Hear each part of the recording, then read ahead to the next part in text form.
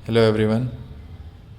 तो आज मैं ये सीरीज़ शुरू करने जा रहा हूँ जहाँ पे आपको बहुत सारे सब्जेक्ट के कई कई टॉपिक डिस्कस किए हुए मिलेंगे। ऐसा नहीं है कि सिर्फ मैथ्स के टॉपिक डिस्कस किए हुए मिलेंगे, आपको अलग अलग सब्जेक्ट के टॉपिक मिलेंगे। आज हमारा जो टॉपिक है वो है रियल नंबर पे, जो नंबर सिस्टम है उस पे है। तो स्टार्ट करते हैं उसको रियल नंबर से। ये जो कोर्स है वो आपको एडवांस प्लस जो बेसिक है दोनों कवर करता हुआ मिलेगा। तो स्टार्टिंग में जो भी अपने जो प्रिपरेशन कर रहे हैं उनके लिए काफ़ी यूज़फुल हो सकता है, तो देख लीजिए। तो नंबर सिस्टम में हम बात करते हैं नंबर्स की, जो कि हम पढ़ते आ रहे हैं। नंबर्स क्या होता है, तो उसकी वेरियस कैटेगरीज़ होती है, उसको क्लासीफाई किया गया है बहुत सारी कैटेगरीज़ के अंदर। तो उसी में है रियल नंबर। सारे नंबर मिला के रियल नंबर होते हैं। सब नंबर को जब मिला देते हैं तो रियल नंबर कहलाते हैं। जब नंबर की स्टडी करते हैं तो वो जो नंबर्स होते हैं वो रियल नंबर होते हैं, वास्तविक भाग जिसको बोलते हैं हम। अब रियल नंबर में भी, वास्तविक संख्या में भी दो तरीके के नंबर्स होते हैं जो कि सब कैटेगराइज होते हैं, एक रेशनल नंबर में, एक इरेशनल नंबर में। रेशनल नंबर जैसे नाम से पता लग रहा है परिमेय संख्या होती है जो। तो रेशनल नंबर वो होते हैं जो p/q के फॉर्म में लिखे जा सके, p/q, और वहाँ पे q ज़ीरो नहीं होना चाहिए, नहीं तो वो इनफाइनाइट हो जाएगा, नहीं तो वो रेशनल नंबर वो क्या बोलते हैं, जो कैटेगरी है वो उससे अलग हो जाएगा। तो p/q के फॉर्म में जो लिखा जा सके, जैसे कि 3/5 हो गया, राइट, 2/5 हो गया, रेशनल नंबर 1/5 हो गया जिसको 0.2 आ जाएगा। तो ये सारे नंबर्स रेशनल नंबर होते हैं। बाकी नंबर्स इरेशनल नंबर में आते हैं। इरेशनल नंबर वो होते हैं, एक तो वो होते हैं जो नॉन परफेक्ट स्क्वायर रूट्स होते हैं, यानी कि √2, तो इसका कोई परफेक्ट स्क्वायर रूट नहीं होता है, राइट। एक है 3 + 1 √5, जो मैंने यहाँ एग्जांपल ले रखा है उसके अकॉर्डिंग हम देखें। अगर ये √4 होता तो ये रेशनल में आ जाता। रेशनल में कैसे आ जाता कि √4 तो होता तो उसका आंसर होता 2, और 2 को रेशनल नंबर में क्या कह सकते हैं, क्योंकि 2 को 2/1 लिख सकते हैं, 2। तो अब आगे बढ़ते हैं। इसका जो रेशनल नंबर है वो 2 नंबर्स में सब कैटेगराइज होता है। रेशनल नंबर क्योंकि मैंने कहा है कि जो p/q की फॉर्म में लिख सकते हैं, तो सारे नंबर्स जैसे कि ज़ीरो को एक्सक्लूड कर दें, 1 2 3 4 5 6 जैसे हैं, तो 1/1 लिखा जा सकता है, तो ये रेशनल नंबर हो गया। q में 1 आ सकता है आराम से। तो जो भी नंबर्स हैं 5 6 7, तो उसको आप 1 करोगे तो वो रेशनल नंबर में काउंट हो सकता है। अब रेशनल नंबर को फर्दर कैटेगराइज कर ले, 0.1 भी ज़ीरो होता है, तो वो भी आप कह सकते हो रेशनल नंबर में आ गया। अब रेशनल नंबर को सब कैटेगराइज करना है। एक तो होता है फ्रैक्शन नंबर, एक होता है इंटीजर्स। इंटीजर्स आपने पढ़ा होगा, पूर्णांक संख्या। तो ये होता है -∞ टू +∞, सारे के सारे, जैसे -∞ टू +∞, जो कि आपके नंबर सिस्टम में जो नंबर्स हैं, यानी कि 1 2 3, ऐसा नहीं 1.1 1.2 नहीं, वो आपके फ्रैक्शन में आ जाएंगे।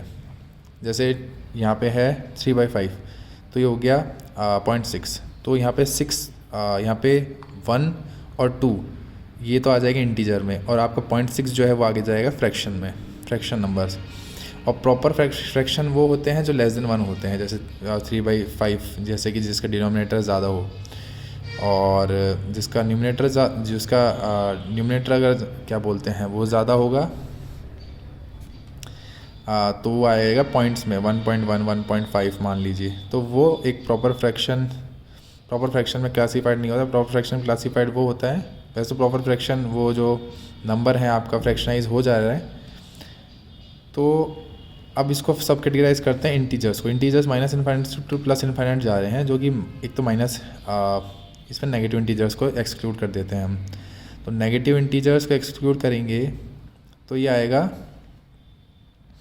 हमारा 0 और पॉजिटिव इंटीजर, ये बचेंगे हमारे पास। तो 0, क्योंकि 0 ना तो नेगेटिव है ना तो पॉजिटिव है, तो 0 एक एलिमेंट रहेगा और एक पॉजिटिव इंटीजर होगा। पॉजिटिव इंटीजर और 0 को मिला के करेंगे तो होल नंबर आ जाएगा, राइट, कि होल नंबर 0 से स्टार्ट होता है, 0 1 2 3 4 और प्लस इन्फाइनाइट तक जाते हैं। तो ये नेगेटिव इंटीजर तो -∞ टू -1, और 0 और पॉजिटिव इंटीजर होंगे होल नंबर। पॉजिटिव इंटीजर में +1 से लेकर इन्फाइनाइट तक। अब +1 टू इन्फाइनाइट हम करें तो इनको नेचुरल नंबर भी बोल सकते हैं, जिसको प्राकृतिक संख्या बोलते हैं।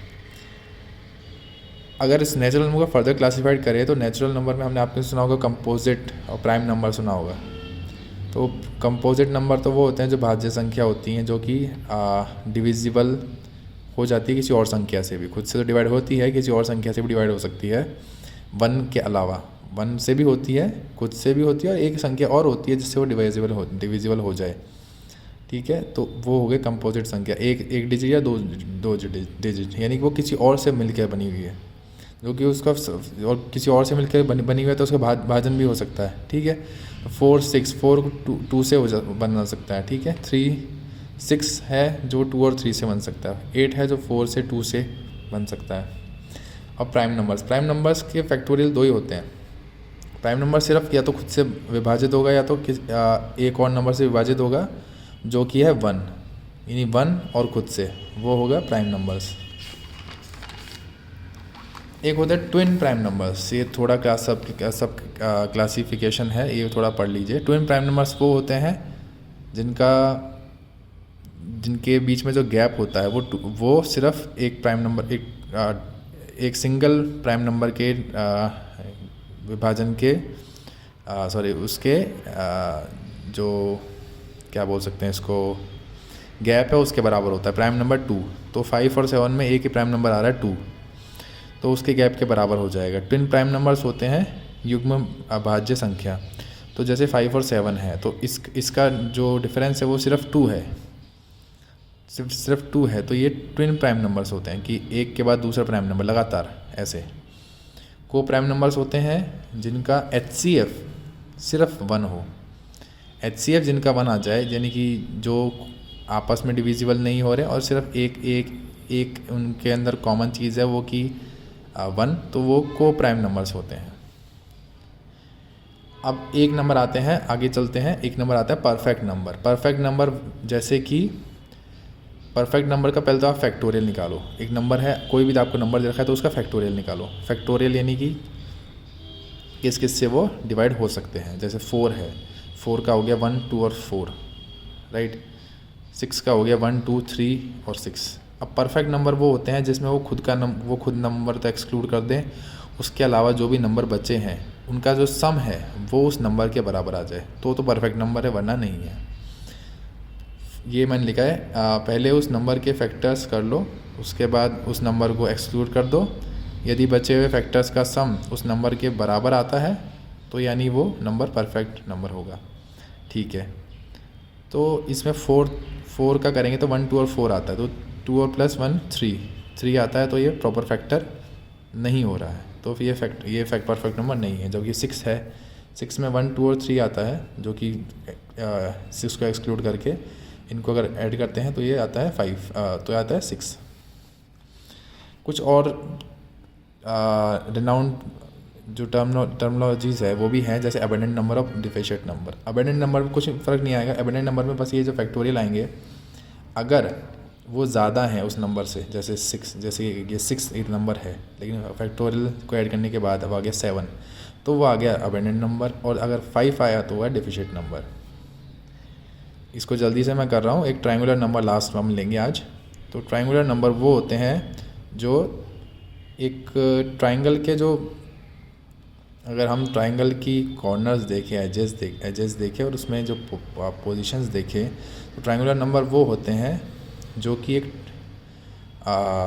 ट्रायंगल का निर्माण कर सके। तो जिसमें जिसका एक फॉर्मूला होता है त्रिकोणीय संख्या, तो इसका फॉर्मूला होता है n+1/2।